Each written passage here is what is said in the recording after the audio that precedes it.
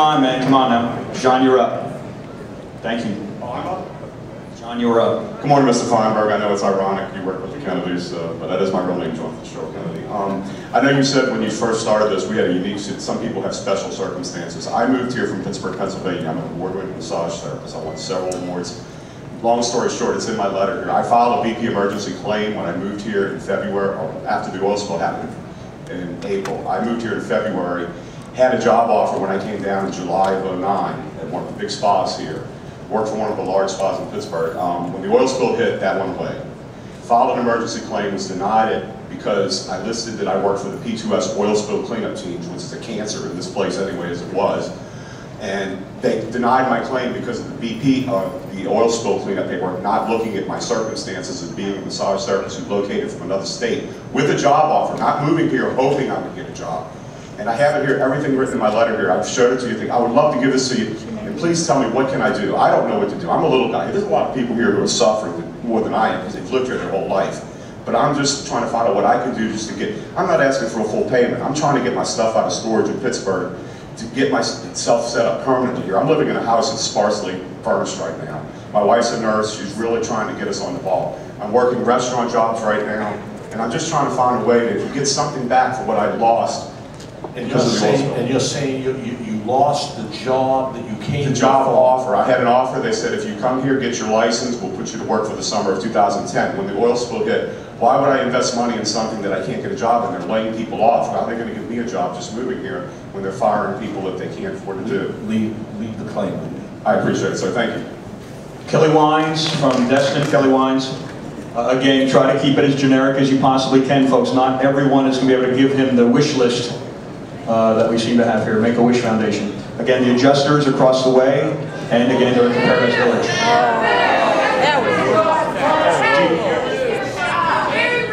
Okay, good. Thank you, Chief. Kelly Wines. Kelly Wines. Thank you very much, Mr. Feinberg. Thank you for coming to our area, asking for walk meetings. My comment is pertaining to the fishermen and the shrimpers, water-related foreign-hired vessels. My family's been in the charter business 4 generations. The future, of course, is questionable. You said earlier in your comments that within the next 2 weeks that there would be some criteria coming out as far as on how to formulate your final claim. My request is pretty simple. The fishermen bow to the National Marine Fisheries Service. They're very slow to act. They tend to use data that most of us fishermen believe is flawed. We think they'll take their time. We think they will not waste a good crisis, and we'll suffer for it. Having said that, I would simply request that the fisherman sector is, if not the most directly affected, it's certainly up there close, probably behind the direct oil drilling. In your criteria, would you please consider that you give us a longer duration to settle? I've heard 4 years. You mentioned maybe as much as 5. I think the process will take time. It might be 4 or 5 years before we really realize the true ramifications. Let me suggest this, a couple of responses. We've been talking throughout the Gulf with fishermen, not just the government, but actual fishermen and fishermen associations, and to try and gauge from them what they think. They're out there every day fishing, and we want to hear from them. We will take that into account. I'd also appreciate if you'd let me just have your name and contact information. You're in this business in Destin, I take it. Yes. And we'd like to chat with you a little bit in the next few days, frankly, about what you think it makes sense for the local community in terms of fishing and the murky outlook in the future.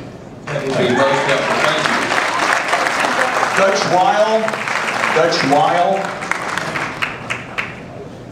It's Dutch Wiley, sir. And first thing I want to know about our kids. My son just graduated and he can't get a job.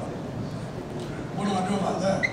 What about the people with the medical problems, going on that, stressed, all this other stuff that they're having because of this?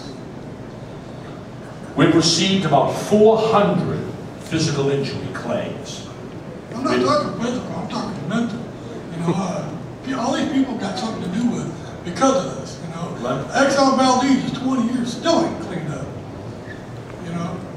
Well, that's litigation. I'm trying to accelerate that process, I must say. But anybody who's suffering physical injury claim or a mental problem that's resulted in inability to work or something like that, I've received about 400 of those claims. We've paid some of them. They've got to be documented to show that it's because of the spill.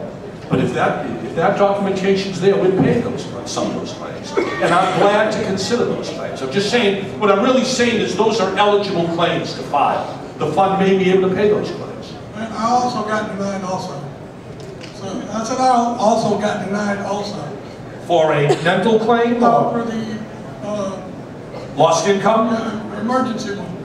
Again, let me know the name. All I can say, I don't know the nature of your claim, and I'll take a look at it. Jonathan Schneller. Yeah, the inconsistencies are an issue. You know, you're right about the inconsistencies. Let me tell you about the inconsistencies, all right? There are inconsistencies which are a real problem. We've paid out over $3 billion. And over $1 billion, we've paid more money out in 5 months in Florida than any other state. Now, I understand the inconsistencies. That's one reason I'm here. It's wrong. It's got to be corrected. But it's not like we're not paying out the money. We're paying out the money. The problem is, there are too many inconsistencies. There's not enough transparency, and we've got to deal with those problems. Yes, sir. Yes, sir. Jonathan, you're up. I'm a fisherman of American Spirit in Destin, Florida. My emergency payment was denied because I was put in the retail industry. It was denied. I was put in the wrong industry. There was a mistake with respect. We made a mistake. Yes.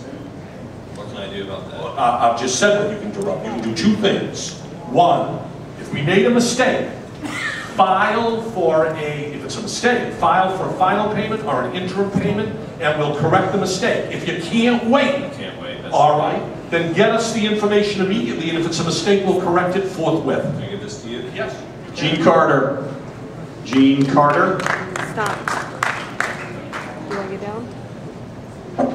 Good morning. I'm Jean Carter. I have a personal claim and a business claim. My husband and I own a small property management company in Destin, and then we own 6 vacation rentals of our own. Our problem is I filed June, July, August, continue to file. Problem is that on my personal 6 investment properties in Destin, I was paid only $3,600 for my losses, and my file is closed. I cannot get answers. I cannot get a hold of an individual that can tell me why they were closed, nor can I get an individual that tell me if something is missing, what is missing. Now you can. Okay. So do I get that directly from? Go to they're here today. They live here. Go to Mike Burke, Rob Blue. They're here today. We will follow up immediately on that claim. They're here to listen to the circumstances of your claim, so you won't be spinning around in frustration, and we'll try and get you an answer. Thank you very much. I was just in that room, and they told me that unfortunately, when you file, once you get the system, you can't get a face-to-face talk with the judge. In that room, half an hour ago, they told me you can't get. I'm telling you, I've told you, there are people that will be here at the end of this meeting that will listen to those claims. The claims evaluators are here to help people file I claims. spoke to him and told him to file interim, but yes, once I file and I call the Ohio number, it goes to the system, and he doesn't control the system, but an adjuster can never talk to face to face. Sir, please solve that problem. Julie Isaac, Dusty Ricketson, the Daily News. If you have a question, work your way up here. Julie Isaac. See, none of our information when we go on the computer to file the documents that we submitted. How come we can't see them under our claim? You should be able to. No, you cannot pull them up. Go ahead.